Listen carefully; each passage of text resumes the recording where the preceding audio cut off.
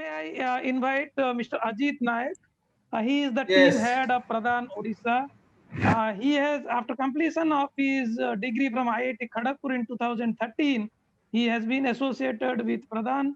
So now he is orchestrating and development of agenda of Pradhan, and he is looking after the whole of Odisha.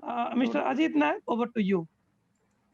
yes, So the topic is of Dr. Ajit Naik, Mr. Ajit Naik is about the ethnovet practice in Odisha. yes. Good evening, and time is very limited. I will be trying to be specific and pinpointed. So I am from Pradhan organization. Pradhan is a national level organization, and we are working in 7 states. And our primary focus is livelihood, both farm-based and so-called forest, as well as this kind of agriculture allied, including fish, goat, backyard poultry, etc. and etc. So we are actually focusing on livestock, where backyard poultry as well as goat are the prime focus. And because many of you knows about goat and having some kind of good experiences, I will be trying to share our experiences with respect to ethno-veterinary medicine, practice of ethno-veterinary medicines in goat and backyard poultry sector.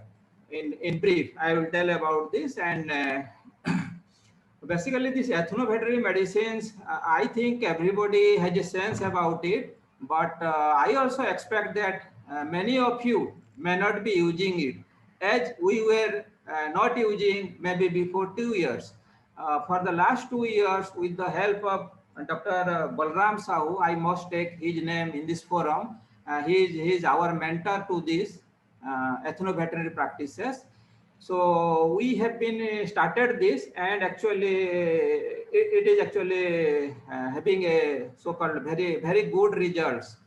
So this ethno-veterinary is many times known as herbal practices or gharelu chikitsa, desi chikitsa, indigenous, etc., etc. And these are generally so-called practiced by the farmers from traditions and generations to generations. But it is often so-called documented, taught systematically, and training is being provided on it. So this is what actually we have started doing in this livestock sector. I can say it is equivalent of so-called whatever the organic movement is going in our agriculture field. So it is equivalent of that, and basically it is nature based. So it can be also visualized like this. And this ethno-veterinary medicine, or EVM, this is broadly widely accepted and used. So that's where we are also using these ethno-veterinary medicines terms. Then basically this is very low or no cost input. Basically it is available nearby and within the home and in the village scenario. It is often readily and locally available. It is very pro poor and pro women also, and who do not perceive these ethno-veterinary practices as alien to them. This is actually we have experienced in the field.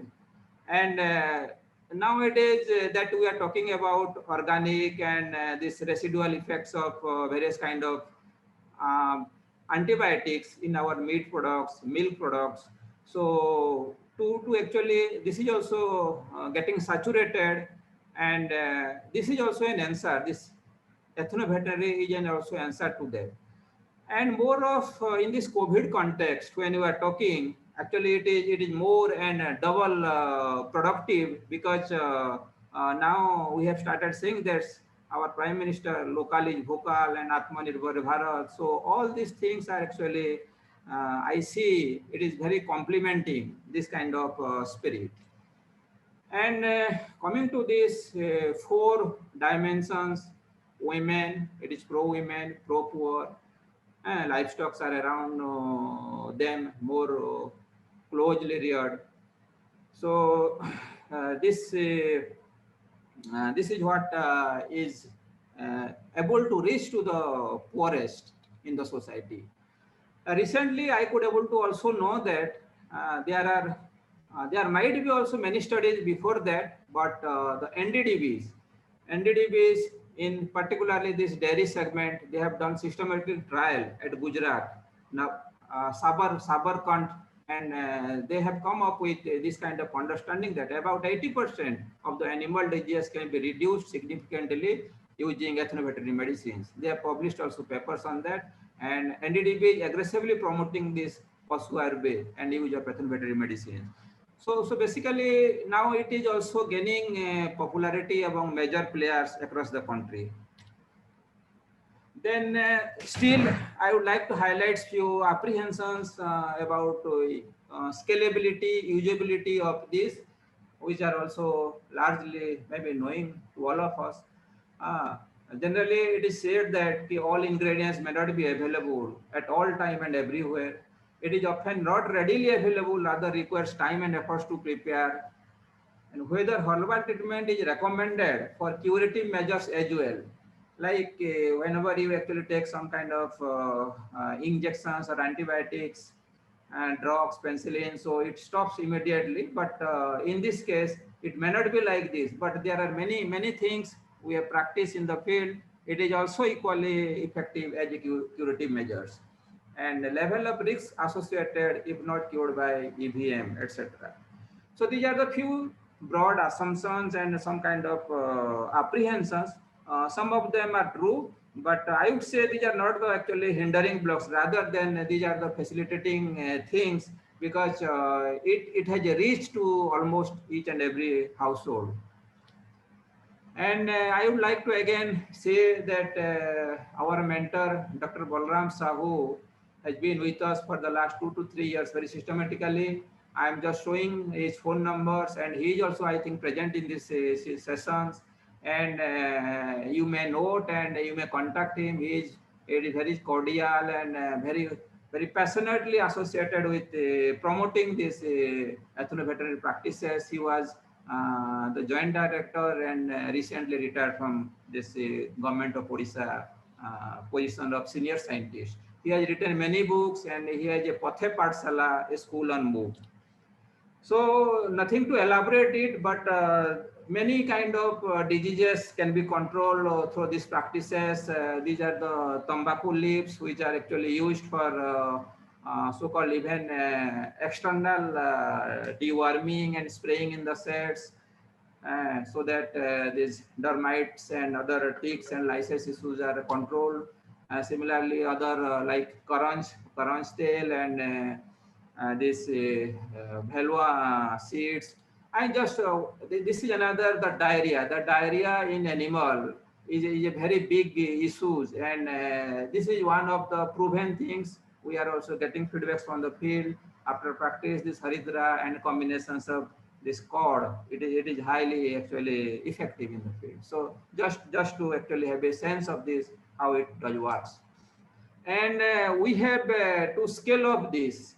To scale up this, we have printed booklets in Odia as well as in Hindi, and it is available. Soft copies are available. Whoever wants, you can contact OCF. We will hand over all these things to them. They can use this. So this is for your information, and this is how we are trying to actually reach the things more in the corners of each and every villages. We are also having systematic trainings on ethnoveterinary practices with the help of Dr. Balram Sahu. He has also written books in both Odia and in Hindi. Agar आसपास पशु doctor ना हो, so these are also available, those who actually want to have a detailed understanding and practice of these things. So these are the some of the field practices where actually he is training a lot of cadres in the field and helping us, and not only Pradhan but also many other NGOs to promote these ethnoveterinary practices. So I would stop here because of seeing the time availability. Apart from Dr. Balram Sahu, also we are in touch with many other doctors, particularly of government of Odisha. To name a few, Dr. Asim Biswal, Dr. Sasank Panigrahi, Dr. Khamari, they have been helping us in actually promoting this court hearing activity. Thank you all.